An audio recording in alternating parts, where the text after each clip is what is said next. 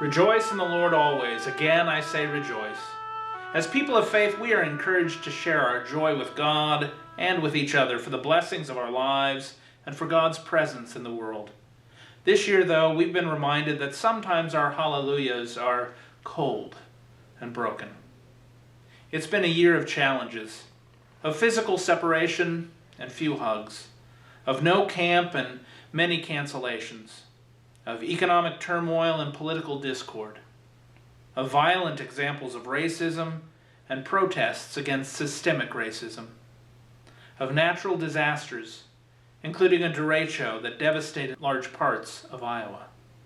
We have not been without hope, even in these hard times. We have come together to love and to serve in Jesus' name. We've come together to serve God in new and creative ways, and I am so proud of the ways we've been able to pivot, just like many of our congregations have had to, and reach out and share the love of God, the gospel of grace, as disciples together. When camp was canceled this summer, we created camp crates that we sent out to over 325 homes. We were able to minister in a pandemic to over 550 of our campers. Our interns, instead of being grounds and kitchen workers this summer, were film editors and actors, producers and directors, much like many of our pastors have been throughout the pandemic. When churches were forced to worship online instead of in person, we developed technology grants so that they could buy new equipment to more effectively spread the good news over the internet to the ends of the earth.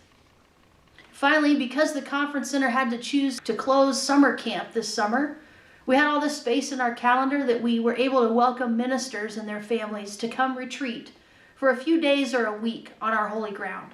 And when the derecho hit Iowa in August, we were able to offer beds to vulnerable populations, cooling stations, and charging stations until power was restored to all of our community.